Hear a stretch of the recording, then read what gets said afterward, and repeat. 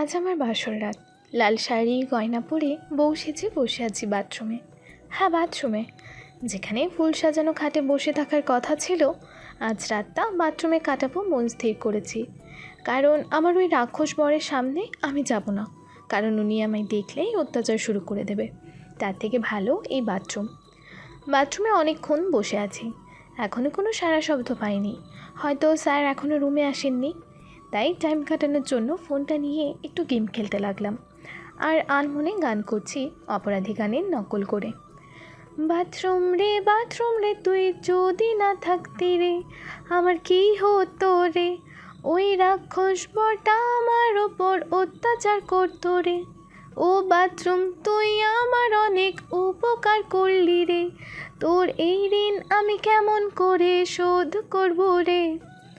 হঠাৎ দরজা খোলার শব্দ পেলাম, মনে হয় রাক্ষসটা ঘরে এলো। আমি গান থামিয়ে দিলাম, এবার চুপটি করে বসে থাকলাম। তখনই রাক্ষসটা বলল, এই মেয়েটা আবার কোথায় গেল? ওর তো এখানে থাকার কথা, গেল কোথায়? আজব তো, তার ছেঁড়া মেয়ে একটা। আমি তার ছেঁড়া না, আপনি তার ছেঁড়া, রাক্ষস শয়তান সিম্প্যাঞ্জি কোথাকার। আরবের কানে কথাগুলো আসতেই আরব চমকে গিয়ে বলল, এই তুমি কোথায়? কই থেকে বলছো? টিপ নিজের মাথায় মেরে মনে মনে বলল, যা, এটা কি করলাম? হায় রে, উনি তো বেশ বুঝেছেন আমি বাথরুমে। টিপ, তুমি বাথরুমে আছো? বেরিয়ে এসো বলছি। না, আমি বের হব না, এখানেই থাকবো। কিন্তু আমি ফ্রেশ হব, বেরিয়ে এসো টিপ। না, বের হব না। টিপ, আমার বাথরুমে কিন্তু অনেক টিকটিকি আছে। কথাটা বলতে দেরি হলেও টিপের শুনতে দেরি হলো না। দরজা খুলে ছুটে এলো বিছানার উপর। আরব কাণ্ড দেখে রাখবে না হাসবে বুঝতে পারছে না। আরব গম্ভীরভাবে বলল, এসব কি টিপ? লুকিয়েছিলে কেন, তাও আবার বাথরুমে? আপনার ভয়ে। কি, আমার ভয়? ভালো তো, আমাকে এভাবেই ভয় পাবে কেমন? কখনো না, আপনাকে আমি ভয় পাবো না, ব্যাস। আজ আমার বিয়েটা কে ভাঙিয়েছে? আমি কিন্তু আমি শুধু ওকে বলেছিলাম যে ওর মন যদি না সায় দেয় তাহলে এই বিয়ে না করতে। এতে আমার কি দোষ? তুমি জানো এই বিয়েটা না হলে আমার পরিবারের মান সম্মান কোথায় যেত?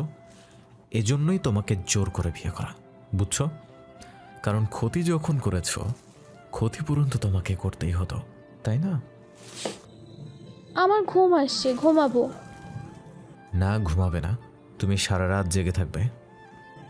মানে সারা রাত জেগে কি করব? আরব রাগী কণ্ঠে বলল, যেটা বলছি সেটা করো, এত ফালতু বকবক করা আমার পছন্দ না, জানো না? নামো আমার বেড থেকে। টিপ নেমে সোফায় বসে পড়ে আর 2 ঘন্টা আগের কথাগুলো ভাবতে লাগলো। ফ্ল্যাশব্যাক। টিপ আরবের কোম্পানিতে কাজ করে, তাই আরবের বিয়েতে এসেছিল। টিপ চুপি চুপি বউয়ের রুমে ঢুকে। নাফিসার সাথে আরবের বিয়ে। টিপ নাফিসার কাছে যায়। হ্যালো। নাফিসা টিপকে না চিনতে পেরে বলল, তুমি কে? আমি আমি আমি আপনাকে সাজাতে এসেছি। ও আচ্ছা, সাজিয়ে দাও। টিপ বেশ কিছুক্ষণের মধ্যে নাফিসার সাথে বন্ধুত্ব করে নেয়। নাফি, তোমাকে একটা কথা বলবো? বলো। তোমার মুখ দেখে মনে হচ্ছে না তুমি এই বিয়েতে রাজি। কিছু হয়েছে? দেখো, আমি একটা কথা বলি, যদি তোমার মন সায় না দেয় এই বিয়েতে, তাহলে এই বিয়ে করো না। কারণ বিয়েটা তুমি করে নিলেও সুখী হতে পারবে না। তুমি ঠিকই বলেছ। আরবের সম্পত্তি দেখে আমার বাবা আমাকে অনেক লোভ দেখিয়ে দিলেন, তাই আমি রাজি হয়েছি। কিন্তু আমি অন্য একজনকে ভালোবাসি, সে এত বড় লোক না, তাই। টিপ নাফিসাকে থামিয়ে দিয়ে বলল, দেখো, সম্পত্তি তোমাকে ভালোবাসা দিতে পারবে না, কিন্তু ভালোবাসার মানুষটা তোমাকে ভালোবাসায় ভরিয়ে দিতে পারবে। আর দেরি করা ঠিক হবে না, আমি পালিয়ে যাই। পালাও।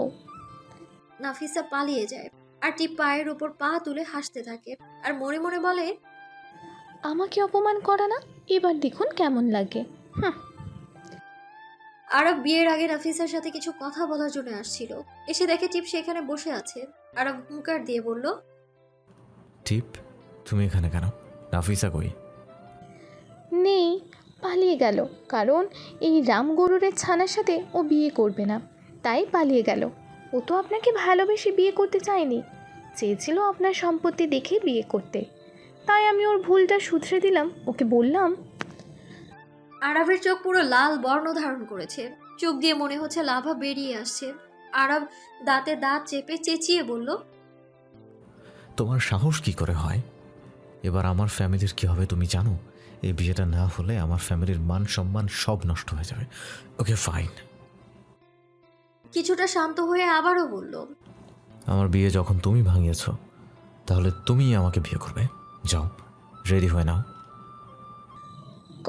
কখনো না, আমি আপনাকে বিয়ে করতে পারবো না, আমি গেলাম।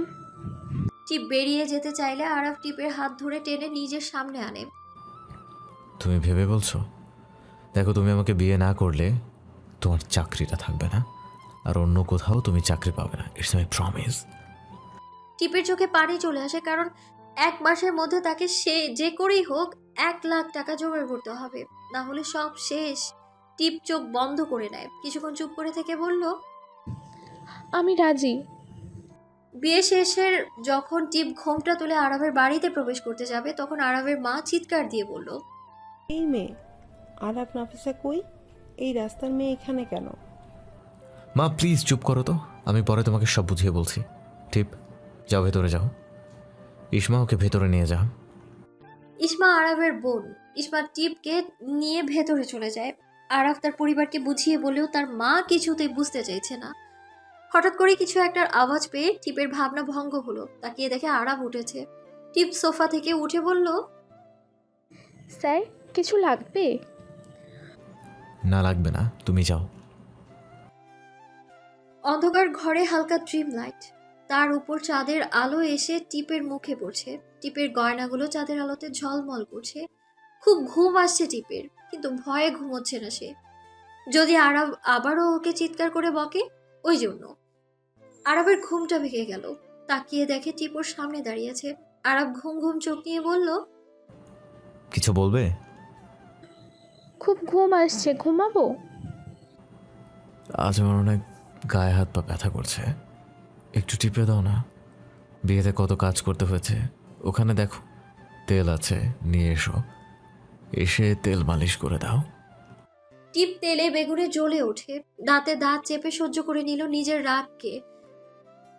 তেল নিয়ে এসে আরবের পায়ে মালিশ করতে লাগলো। টিপ বিড়বিড় করে বলছে, কোন দুঃখে যে বিয়েটা ভাঙতে গেলাম আল্লাহ জানে, নিজের জালে নিজেই জড়িয়ে গেলাম। দেখ, আর এই রাক্ষস শয়তানটা এত রাতে আমাকে ঘুমাতে না দিয়ে তেল মালিশ করাচ্ছে। উফ, এত কষ্ট আমি কাকে দেখাবো? আরব একভাবে টিপের দিকে তাকিয়ে থেকে বলল, এই কি বিড়বিড় করছো? কিছু না। বাই দ্য ওয়ে, সব কথা আমি আপনাকে কেন বলতে যাব? সব কথা আমাকেই বলতে হবে? বেশি বাড়াবাড়ি হচ্ছে কিন্তু। কম বাড়াবাড়ি হয়েছে, বেশি হলে থাক, আর বললাম না। বক বক না করে ভালো করে মালিশ করো। করছি তো, হাত নাকি অন্য কিছু? আর আবার কিছুই বলল না, চুপ করে থাকলো। টিপ রেগে গিয়ে 2-1 বার খুব জোরে করে মালিশ করে দিচ্ছে, আর আরব চেঁচিয়ে উঠছে। টিপের বেশ মজা লাগছে। টিপ বিড়বিড় করে বলছে, কেন যে বিয়ে ভাঙাতে গেলাম, আমি এখন নিজের চুল ছিঁড়তে ইচ্ছে করছে। উফ, ভালো লাগছে না। আরব হঠাৎ ভ্রু কুঁচকে বলল, আচ্ছা, তুমি আমার বিয়ে ভাঙালে কেন? টিপ কান্না শুরু করে নিয়ে বলল, অফিসে আপনি আমাকে অপমান করেছিলেন, ওই জন্য। এত কুবুদ্ধি আসে কোত্থেকে? একদম চুপ করুন। হ্যাঁ, আপনাকে তো এমনিতেই কেউ বিয়ে করতো না। আপনি ভাগ্যবান যে আমাকে বউ হিসেবে পেয়েছেন। জানেন আমার পেছনে কত ছেলে ঘোরাঘুরি করে, আমি কাউকেই পাত্তা দিই না। যারা ঘোরাঘুরি করে তারা নিশ্চয়ই মাতাল, না হলে পাগল। তাছাড়া ভালো কেউ তোমার পেছনে ঘোরাঘুরি করবে না। টিপ ভাব নিয়ে বলল, শুনুন, আমি চাইলেই সবাইকে পটিয়ে ফেলতে পারি। আমি চাইলেই ডোনাল্ড ট্রাম্পকেও পটিয়ে ফেলতে পারি, বুঝেছেন? ফিল্মি হিরোদেরকেও 1 মিনিটে পটিয়ে ফেলতে পারি। আর কাউকে পেলে না, শেষ পর্যন্ত ডোনাল্ড ট্রাম্প। ওকে, আমরা কিছুদিন পর আমেরিকা যাচ্ছি, তখন দেখব কিভাবে তুমি ট্রাম্পকে পটাও। টিপ কিছু একটা ভেবে বলল, না না, এখন তো আমার বিয়ে হয়ে গিয়েছে, মানে একটা বর আছে, আর চাই না। আপনি তো আছেন, বিয়ে না হলে দেখা যেত। ও আচ্ছা, তুমি আমাকে তোমার বর ভাবো তাহলে? বিয়ে হয়ে গেছে, বর মানবো না তো কি নানা মানবো? আজব মানুষ ভাই আপনি। আচ্ছা, ভালো করে মালিশ করো।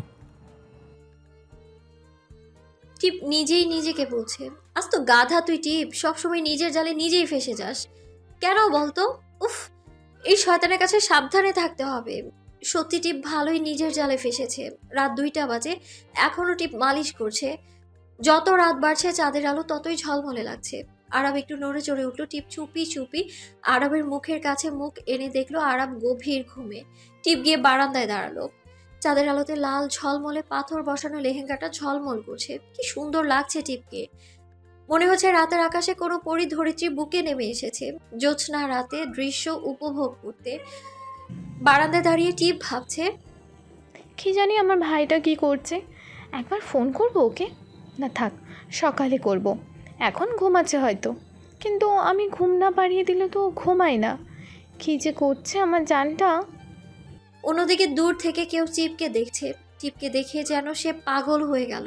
হাঁ করে টিপের দিকে তাকিয়ে আছে। একভাবে টিপের দিকে তাকিয়ে আছে সে। নিজের মনকেই বলছেন তিনি। আরব চোখ খুলে দেখে টিপ বারান্দায় দাঁড়িয়ে আছে। আরব বিছানা থেকে উঠে টিপের কাছে গিয়ে বলল, তুমি এখানে দাঁড়িয়ে কি করছো? যাও ভেতরে ঘুমাও।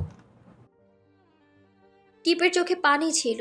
আরবকে লুকিয়ে চোখের পানিটা মুছে বলল, কিছু না স্যার, এমনি দাঁড়িয়েছিলাম। আরব টিপের দিকে তাকিয়ে বলল, শোনো, বলুন। তুমি কাঁদছিলে? কই না তো, আমার ঘুম আসছে, আমি ঘুমাতে গেলাম। আচ্ছা শোনো, কাল কোথাও যাবে না, ওকে? কালকে বউ ভাত, অনেক লোকজন আসবে, সকাল সকাল উঠে যেও। টিপ মাথা নাড়িয়ে হ্যাঁ বোঝালো। তারপর সোফায় গিয়ে ঘুমিয়ে পড়লো। আরবও গিয়ে ঘুমিয়ে পড়ে। এতক্ষণ ওদের কথা বললাম, নিশ্চয়ই পরিচয় নিয়ে খুব প্রবলেম হচ্ছে। চলুন পরিচয়টা দিই। আমাদের নায়িকা হলো টিপ। তার কোনো টাইটেল নেই, কারণ সে নিজেই জানে না কে সে। ছোট থেকেই এক ভদ্রলোকের কাছে বড় হয়েছে সে। নাম রহমান মল্লিক। সেই সূত্রেই টিপ নিজের নামের সাথে মল্লিক শব্দটা যোগ করেছে। টিপের রহমান কাকা আর বেঁচে নেই, বেশ কিছুদিন আগেই মারা গেছেন। তার ছোট্ট একটা ভাই আছে, আমির, ক্লাস 11-এ পড়ে। ব্যাস, টিপের পরিবারে আর কেউ নেই। আর আমাদের নায়ক আরাফ চৌধুরী। ইশরাত চৌধুরী ও ইমরান চৌধুরীর একমাত্র ছেলে। আরাফ 2টো বোন আছে, ইসমা আর কেয়া। কেয়ার বিয়ে হয়ে গেছে, তাও বাবার বাড়ি বর নিয়ে থাকে। ইসমা ক্লাস 11-এ পড়ে। বাকি সব গল্পের মধ্যেই জানতে পারবেন। সকালবেলা খোলা জানালা দিয়ে সূর্যের আলো এসে আরবের মুখে পড়তেই আরব নড়ে চড়ে উঠে হাত দিয়ে আলোটাকে আড়াল করলো। তারপর ফোনটা হাতে নিয়ে দেখলো 9টা বাজে। আরব ফোনটা বিছানায় রেখে দিয়ে উঠে টিপকে খুঁজতে লাগলো, কিন্তু টিপ কোথাও নেই। আরব ভাবলো হয়তো বাথরুমে। এই মেয়ের তো আবার বাথরুমে থাকার অভ্যাস। আরব বাথরুমের দিকে তাকিয়ে বলল, টিপ, টিপ তুমি কি বাথরুমে? আরে আশ্চর্য, দেখো বাইরে এসো, আমি রেডি হব। কিন্তু কোনো সাড়া না পেয়ে বাথরুমের দরজার কাছে যায়। দেখে দরজাটা লাগানো নেই, তার মানে ও বাথরুমে নেই। আর পুনরায় ভাবলো হয়তো নিচে আছে, তাই ফ্রেশ হয়ে নিচে গিয়ে ইশরাকে বলল। ঈশা টিপ করে। ইশরা কাজ করছিল, আরবের কথায় পেছন ফিরে বলল, কই আমি তো দেখিনি ভাবিকে। আরব বেশ চিন্তিত হয়ে পড়ে, বিড়বিড় করে বলল, তাহলে গেল কোথায় মেয়েটা? আজব তো। ইশরা সন্দেহ নিয়ে আরবের দিকে তাকিয়ে বলল, ডাক কি হয়েছে বলতো? Any problems? আমি কি তোর কোনো সাহায্য করতে পারি? না না, কোনো প্রবলেম নাই, তুই কাজ কর, তুই তোর কাজ কর, আমি দেখি তোর ভাবি কোথায়। আরব বাড়ির বাইরে যায়, বাগানটা ভালো করে খুঁজে দেখে নেয়, কোথাও নেই। ব্যর্থ হয়ে বাড়ির ভেতরে এসে ওর মাকে জিজ্ঞেস করলো, মা, তুমি টিপকে দেখছো? ইশরাত চৌধুরী রান্না করছিলেন। ছেলের কথায় পেছন ফিরে তাকালেন আর বললেন, আমি কি করে জানবো কোথায় গেছে? আমাকে কি বলে গেছে নাকি? আর নতুন বউ বাড়ির কাউকে না বলে কোথায় গেল? শোন আরাব, কিছুক্ষণ পর লোকজন চলে আসবে, তাড়াতাড়ি তোর বউকে খুঁজে নিয়ে আয়। আরাব আর ওর মাকে কিছু না বলে চলে গেল। আরাব অনেকবার টিপকে কল করে কিন্তু টিপ ফোন তুলছে না। আরাব প্রচন্ড রেগে যায়। সকাল থেকে না খেয়ে টিপকে খুঁজছে কিন্তু কোথাও পাচ্ছে না। এদিকে লোকজন আসা শুরু হয়ে গিয়েছে। আরাব আর দেরি না করে টিপের বাড়ি যায়। সেখানে গিয়ে দেখে